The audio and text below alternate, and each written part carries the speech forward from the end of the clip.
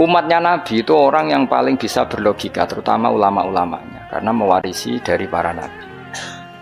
Maka saya bayangkan nanti kalau ketemu Allah itu umatnya Nabi itu paling nyaman, terutama sing gelem ngaji. Nah, sing gelem wiridan tok itu masih tidak cukup, sing gelem ngaji. Karena wiridan itu kan apa ya tadi ya? Kalau tidak ada ngajinya itu kadang melahirkan khayal. Makanya ulama dulu itu nggak boleh muridnya wiridan sebelum ngaji, karena apa ilmu itu dimulai dari nazar. Nazar itu berpikir, baru bisa menentukan Tuhan. Makanya awal wajib manusia itu kuling dzuru madza fis samawati wal ardh. Kamu harus berpikir. Setelah berpikir makrifat. Setelah makrifat baru ilmu. Disebut fa'lam annahu la ilaha illallah. Baru bakas istighfar, wastaghfir dzambika. Istighfar kamu sah itu setelah tauhidnya benar.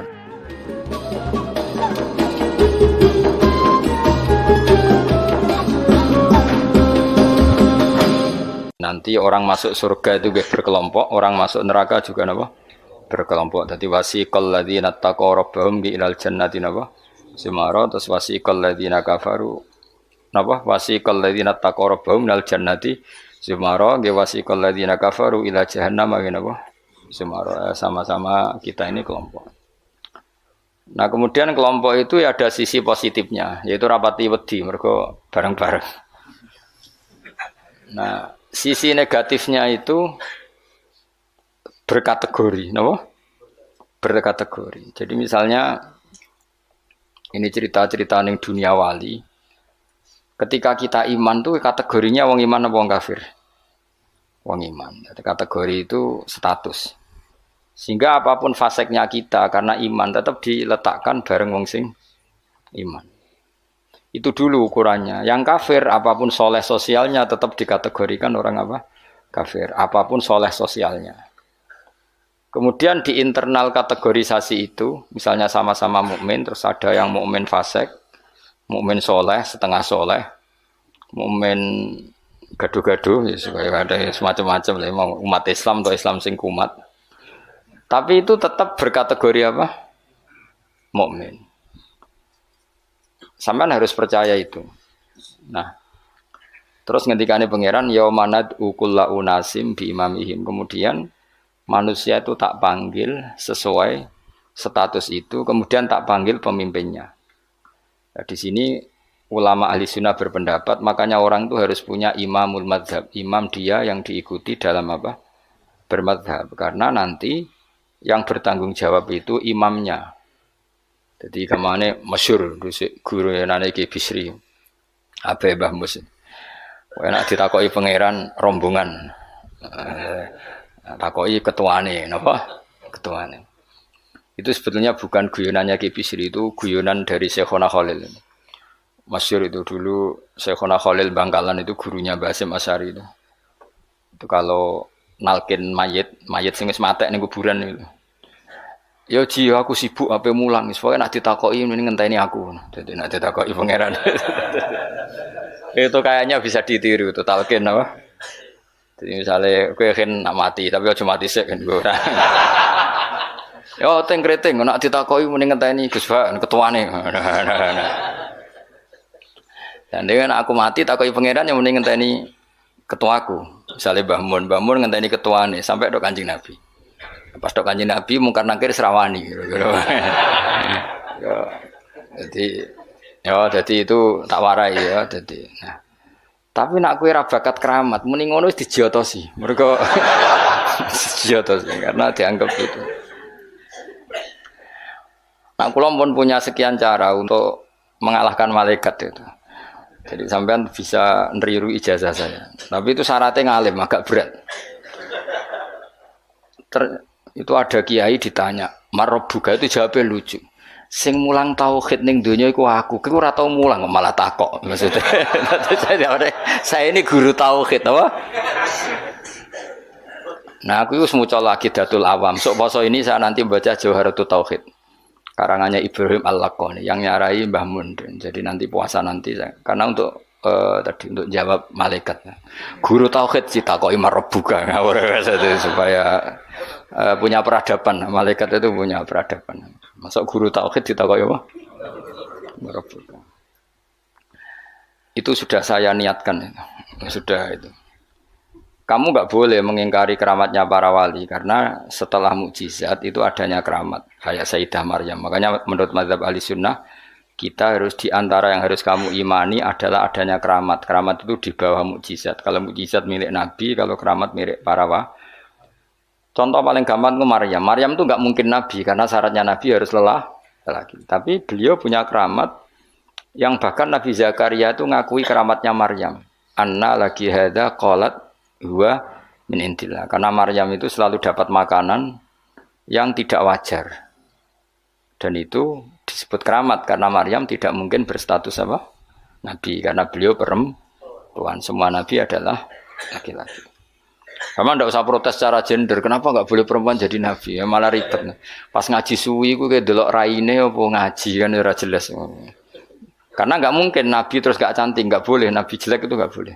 Semua nabi kalau cowok ya ganteng. Andai kan perempuan ada nabi juga harus cantik. Wah itu pak terus piye nak ngaji. Terus nak dibojo. Sing wedok lurah, sing lanang kan Pak lurah. Sing wedok nabi, sing lanang panjang lah itu bisa itu. Saya kemarin tuh baru seneng sinau kitab Tauhid yang dikarang orang-orang yang ahli matematika. Namanya Imam Amudi. Imam Amudi itu pakar matematika. Saya memang suka, termasuk ilmu yang saya suka itu matematika karena eksak. Dia penulis matematika mirip aljabar lah. Dulu di antara penemu matematika namanya Khawarizm yang menemukan apa? Aljabar angka nol itu ya, angka nol. Dulu itu orang nggak tahu kalau satu ya dua terus. Imam Amudi ketika di depan Mungkar Nakir beberapa malaikat penguji itu Allah manggil ini kan orang itu sukanya ngarang usul fikih sama matematika sampai muridnya curiga ini masuk surga enggak guru saya itu karena nggak pernah ngajar tasawuf, nggak pernah torekoan, nggak tahu mujahadan itu semuanya dia itu. Kalau saya mlebu surga kan wis pantes mulangi tafsir. Kan mosok guru tafsir mlebu neraka kaya ora pantes itu lho. Nah muridnya pantes gurune iku kaya ora pantes. Oh, sok guru tafsir ya nak mungkin tapi kayaknya enggak lah maksudnya itu. Kalau sama-sama mungkin yang mlebu swarga juga mungkin. Ngapain milih mungkin yang neraka kurang penggawean tapi muridnya juga bisa ya ora pantes lho mlebu neraka ora pantes. Kok terus cilik hati gitu. Tapi luwih ra pantes iku gurune. Ternyata Allah itu suka dan ini menurut saya sesuai hadis-hadis sahih meskipun tidak kontak ini. Saya ulang lagi. Allah itu lebih bangga dengan kita ketimbang dengan malaikat. Karena malaikat itu ada normalnya ya. Masyhur itu kata Allah, saya ini bangga dengan hamba-hamba saya. Terus kata malaikat dengan kita ya Allah karena iman kita ini orisinil melihat engkau langsung ndak.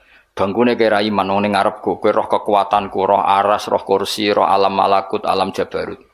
Lalu siapa? Ya para nabi. Ya nabi tentu hebat wong dia dapat wahyu dari saya. Tapi yaitu orang-orang yang enggak jelas kayak sampean ini, orang-orang yang enggak jelas. Tapi iman sama saya, padahal ya enggak ngerti saya.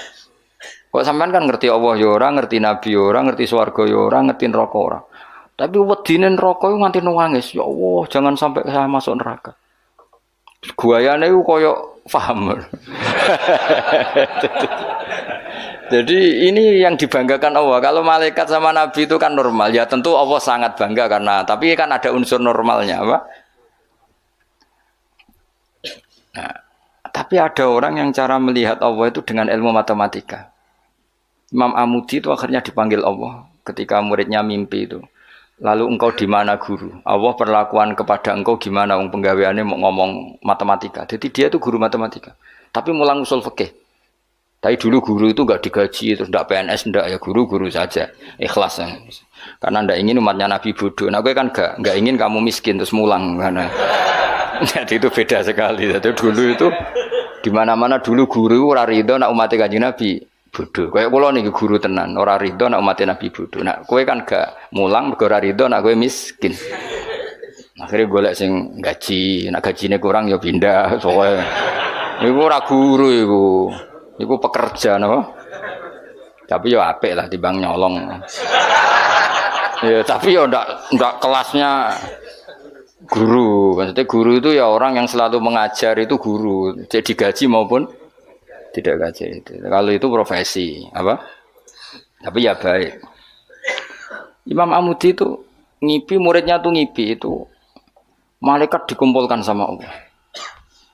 Terus ditanya sama Allah, ya Amudi, kamu kok tahu kalau saya Tuhan dan kenapa kamu tahu kalau saya satu?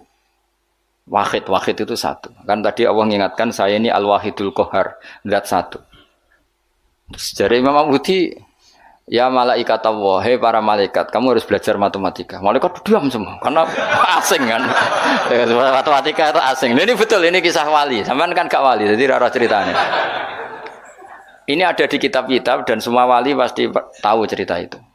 Kalau enggak ya enggak wali atau wali amatir baru latihan. Ya malaikat Allah, para malaikat, nisbatus naini ilal wahid wasalis warrobe iku kanisbatis naini ilal wahid. Wal wahid la nisbatalah fa innahu aslun. Pokoke kowe nak gawe angka iku mesti siji loro. Satu dulu. Setelah satu ada dua, ada tiga, ada 4 sampai 5. Jadi fanis batul khamsah ilal wahid awisnaini ilal wahid awisalas ilal wahid kullun ala haddin sawa. Kamane jenenge angka itu satu dulu. Ana 5 ya ko 4, 4 ko 3, 3 ko 2, 2 ko 1. Jadi gak mungkin farul wujud ilama la nihayatallah itu sepodo wae kok kanis batisna ini ilal wahid. Mbok mau judat itu jumlah miliatan tetap farul wahid, cabang dari angka 1. Malaikat ora ono iso jawab kabeh. Pinter tenan kowe. Terus awas seneng yo iku jenenge ulamaku. Jadi matematika wae dadi tauhid. Akhirnya Allah ngendikan, ngono kok ape mbok takoki marbuka. Ya repot. Lan aku direncana maca usul fikih karangane Imam Amudi. Tanggo nglawan malaikat mau apa sing nglawan malaikat. Nah nganti ditakoki, aku guru apa? Tauhid. Aku lah zaman sekolah teng MGS Madrasah Sarang, Madrasah Babai Lukman. Iku anggere ana bocah pelajaran tauhid untuk papat. Wah, iku gak ahli swarga.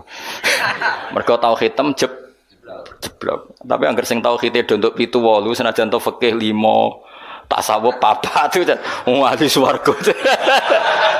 Nanti malaikat itu merujuk rapot ini. Jadi jare malaikat itu merujuk. Jadi nak rapote atau tauhide papat neraka, mergo tauhide jeblok merah. Tapi nak tauhide 8 swarga. Nah ini kita tidak tahu malaikat itu apa merujuk rapot apa tidak sadar. Tapi yang jelas di cerita keramat itu Allah itu bangga dengan argumen yang dibangun umat Rasulullah Shallallahu Alaihi Wasallam. Makanya masyhur itu Nabi ngendikan saya rindu pada ikhwani. Ikhwani itu teman. Terus sahabat pada ngendikan alasna ikhwanaka ya Rasulullah, bukankah kita ini temanmu? Lah dari Nabi, antum ashabi, kamu itu sahabat saya, tapi saya rindu teman-teman saya. Siapa itu ya Rasulullah? Man amana bi walam yaroni, mereka iman saya padahal tidak melihat saya. Lalu itu Allah lebih rindu lagi dan Allah membanggakan hamba-hamba ini yang enggak jelas ini semua itu mengalahkan para malaikat. Tentu dalam konteks itu karena malaikat ketika iman kowe wajar iman, memang kamu tahu saya. Tapi umatnya Muhammad sudah tidak ditunggoni Muhammad, tidak ditunggoni kekasih saya, tapi tetap iman pada saya. Lalu dengan cara apa? Dengan cara akalnya masing, termasuk yang ahli matematika. Nisbatus naini ilal wahid wassalasa wal khamsah, semuanya sama, farul wahid. Fal wahid wal aslu wa ghairul wahid farul asli. Fal kullu minal wahid. Malaikat terus merungokno iki, Bos. Karena semua angka mesti dimulai dari 1. Ya wis. Akhirnya malaikat ya seangka cek miliatan wis makhluk cek jumlahe miliatan ratusan miliar gak ono ngaruhe tetep itu kabeh farul wahid dimulai dari al wahid. Karena dia ahli matematika, dia berargumentasi tadi nisbatul isnen sampai salasah kabeh iku ning nisbate ning siji iku cabange. Maksudnya iku asal usule tetep siji. Mulane banyak ulama anak gawe mbah guyonan mbok tenan tapi ya rodok tenan tapi rodok tenan artine ya coba imani tapi kudu mbok imani. Iku nak darani Quran dikumpulno ning Fatihah, Fatihah dikumpulno apa? Ning bismillah, bismillah dikumpulno ning ba. Ba iku mergo dadi nuqtatil wujud. Dadi ku ketok nak Quran minallah nggih. Nuqtatil wujud, titik wujud. Kowe gawe gambar serumit apapun mesti dimulai dari satu titik.